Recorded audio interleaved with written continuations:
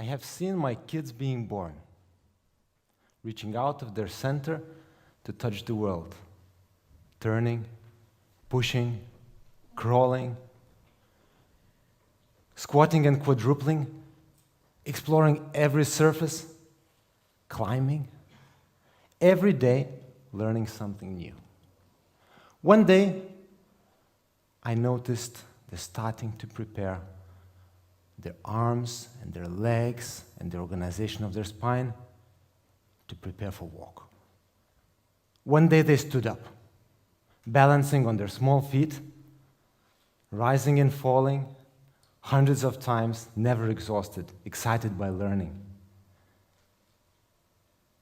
attempting to walk, attempting to run. I was fascinated to see the perfect posture. I was amazed to see how these bodies know, how these little beautiful creatures know all that needs to be known. As if through every step they took, they've been repeating the steps of our own human species evolution. As if in every step they were held by the hand by all our ancestors. Seamlessly, they learned to pick and throw things, jump and land, manipulate objects of various shapes and sizes. They learn how to fight, and they learn how to dance. Learning something new every day, developing their natural human abilities, adapting to new situations, being creative, curious, and experimental. They are becoming the most universal athletes nature has created. Humans. As humans, we are the most universal athletes, the most universal movers on this planet. We move in immense variety of ways. Every other animal moves the way it does. Only us humans can imitate any other animal. And besides that, by the means of our movement, we can communicate the most subtle ideas. We shall and we could be growing in complexity until the day we have to die. But then, look at us. Do we? Most of us don't. What is actually happening? What is going on? I was once this kid, curious to learn, passionate to organize my body in peculiar ways, just like Zen did a bit, especially when the music was playing and somebody oversaw that and said, well, the boy's dancing. My mother heard that. At the age of 7, I started school. I remember sitting down on the square bench of the school, putting my arms on top, being told not to move for 45 minutes, just a bit like you here today. What a task. But then after school, I'd be taken to a dance class, ballroom dance class. This was the time when my natural and instinctual development of the child, my fun in movement and exploration, was replaced by the structure of teaching, learning, and training. 20 years later, skipping the school part, I was among the top athletes in the world in competitive ballroom dancing. I was a dedicated dancer, training many hours a day, doing everything I could to win my next championships. I was embodying dance. I looked like a dancer. If you saw me on the street, I walked like a dancer. And if you talked to me, I talked like a dancer. And in a way, when I look back now, I think I was a successful dancer. I used to win a competition from time to time, and I was proficient in some particular skills which would impress the adjudicators. I was successful in terms of the goals of my sport. But the question I tend to ask more and more these days, was I also successful in terms of the goals and needs of my own human body? Was I fulfilling my potential? Well, in fact, I had chronic pain and injuries. Every morning, I would feel my hip joints. They're not here, they're here. I'd be feeling those. My upper back would be often getting locked in pain. And I had a shooting pain in my foot. But everybody else in the professional field was injured. Everybody else had pain. And this was thought of as normal. Well, but somebody might say, isn't training and moving healthy? Shouldn't we move more? Exactly. We should. But we should move in the most diverse ways possible. Being a professional, I maximized my training time. I was doing the particular movements and particular skills, overloading particular parts of my body. I didn't have no time to waste. I trained what got me to win the next competition. As a result of that, I was not only in pain, I was robbed of all the potential that I could have otherwise fulfilled. It's a paradox. Dance is one of the most, is one of the highest expression of human physicality. But on the other hand, being at the height of my career, I also found myself in the box. I wasn't dancing in bare feet. My feet were not that articulate, somehow. And you would agree, feet are important. Everything starts there. And then I wasn't touching the floor with my hands. That's not what we would do in our particular style. I wouldn't lay down on the floor and do movements over there. That was not part of the style. I wouldn't do much of spine flexion. I would be always extending to present myself. In my partnership, I would be looking for ways to cooperate and to express ideas, but we would never struggle, solve problems in the way a martial artist does. Being a good dancer did not mean being a good overall human mover. A first eye-opener was when I met my partner and wife, Yekaterina. She came from a ballet world, I came from the ballroom dance world. We did projects together. Then I had chance to train with ballet dancers, contemporary dancers, tap dancers, jazz dancers, and all kinds of dancers. This opened my eyes. Movement variety could get me more developed. And then I asked myself, how would I develop if I would be exposed to even more variety beyond dance? Luckily, my career came to an end. Lucky because I did not conceive some fatal injury, and lucky because I did not split with my partner. The story goes somewhat different. We were preparing for our next stage performance, rehearsing, and she was not in a good mood that day. She was sort of picking on me, and I was happy to hear she wants to stop that day, and she said, could you please go down to the grocery store and get me some pickles?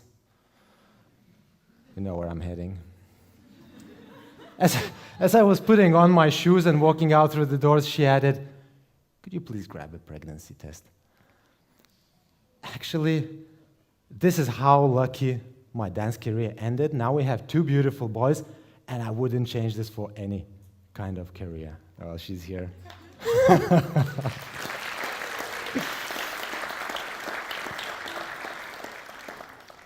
Well, but at the age of 30, which I was then, I wasn't ready to stop developing. I didn't want to become one of those guys, ex-professionals, sharing their knowledge with the next generation of the secrets, of peculiarities of the techniques. No, I wanted to develop physically, mentally, emotionally. I wanted to be still on the edge somehow. So what was next? What was my next physical practice? What were the options in front of me? Well, the very first and the most obvious option was go to the gym, which I actually had been doing for some last 10 years and training with the best coaches to supplement my dancing. But actually, only the moment I stopped dancing, I realized that gym work won't do. It has nothing to do with movement. strengthening exercises, strength work, the deadlifts, the bench press, the snatch, the squat. Those are very particular movements. And I could be becoming stronger bit by bit, day by day. But actually, I would be locked in the same movement pattern every day. Where do I end up? Do I end up more complex in my movement or more primitive? That's the question I asked. There's also another aspect to it. So much of the gym work I found was motivated by aesthetics, motivated by certain shape and build of a human body that everybody was after. Movement was secondary. We used only those movements which were instrumental in shaping and building a muscle to certain shape. But other movements were lost on the way. Let's take the bicep curl, for example. So I do... Good? Zen? Yeah, oh yeah. So I do my bicep curl, and that's a very particular movement pattern. But what about this movement? And this movement? And that movement? It's not building my muscle, but doesn't it have a value on its own? I was watching myself in the mirror, in the changing room. That's what the guys do in the gym. And I was asking myself, is this body not only getting more beautiful, but is it also getting more intelligent? I realized gym is not the way for me. I needed to be able to do more with my body, to realize my human potential. I wanted not just to look better, I wanted to feel better, to last longer, move better. Well, the other obvious option was take another discipline. Go running, do yoga, do indoor climbing, bouldering. I did that. Once again, I felt like in dancing. I was taken over by the goals of the discipline, perfecting my yoga asana, running another mile another day, climbing a little bit more difficult route. But there was a world of movement out there, and I felt I'm missing out. At the same time, I met a person called Ido Portal, a now world-famous innovator in physical culture. Through him, I learned a couple of important lessons. Movement diversity is important for us humans. Every day, we should be learning something new. Be a beginner again, just like children are. Develop your cognitive and physical skills. But not go after every discipline every day. Look for something which underlies them all, the movement layer. With your body, look for the ways to solve problems. Look for the ways to express. Look for the ways to move in space. Do internal work. Manipulate objects. Through all of that, develop rhythmicality, coordination, spatial awareness, reaction. Everything that defines us intelligent beings, as intelligent beings in this body. Behind me was my professional career. In front of me were some examples of current physical culture, aesthetically driven approach, and the specialization. That was not the way. In front of me were also Ido Portal's ideas, but probably even more importantly, in front of me were my kids and a burning desire to learn. At that point in time, I realized, if I'm to design my own personal physical practice, which I had to do, I have to go back to the place where I left off, to a place where I started training, to a place where I left movement, to be a child again, to move like children do, to regain what's truly mine. Okay, here are my little boys playing with their little cars, and I say I spend more time with them. I play with them more. And I notice there's so much down on the ground. They're crawling. They're driving their little cars around, in here, in there, around, crawling, standing up again. Oh my God. That was a challenge. You know, going up and down all day. That's what they do, on the ground and standing up. I felt like I'm just too long. But actually, it was not my limbs that were in the way. You know what was in my way? Does anybody know what was in my way? It was our training education. Do you know these exercises? Let me remind you if you didn't. The sit-ups. Or the push-ups. Perfect posture, correct, go. Tack, tack, tack. I could go on. Squats. Squats, perfect squat. And the pull-ups. There's no bar, but just imagine it is. So I go up to the bar, chin up on the bar. That's a 1. And then we go, that's a 2. You know? So this is our training education. Go to the gym, meet most resistance. Look for most resistance. That's the way you train yourself. But that's not how the kids move. Kids go up and down in the most fluent way. Sit-up is not a way to sit up. Squat is not a way to change levels in space. Push-up is not a way to push off the ground, and pull-up is not a way to climb. Those are useful drills for a particular purpose, if you want to train a particular quality. But actually, if you want to be alive, if you want to be going up and down with your children till you are 90, you have to be doing other things. I noticed the way they sit up in the easiest way, the way they go up in the easiest way, the way they push off the ground. They do. They don't do push-ups, but they come off the ground. That's body intelligence. True intelligence. And the way they stand.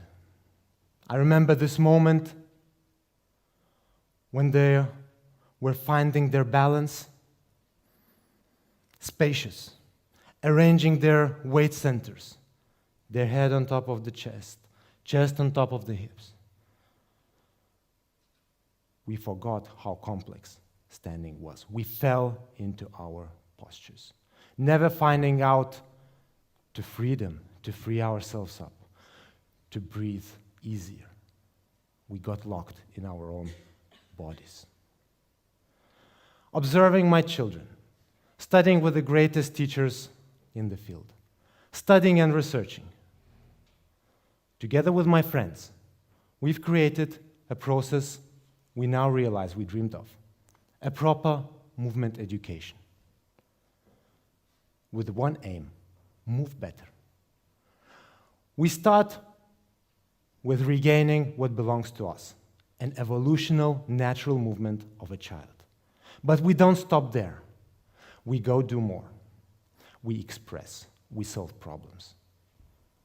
We work on rhythm. We work on spatial awareness. We work on reaction. We play games in order to develop as human beings. This is my message today. Take back what's yours. Every one of us will benefit by playing with kids more. But don't stop there. Increase in complexity. Thank you very much.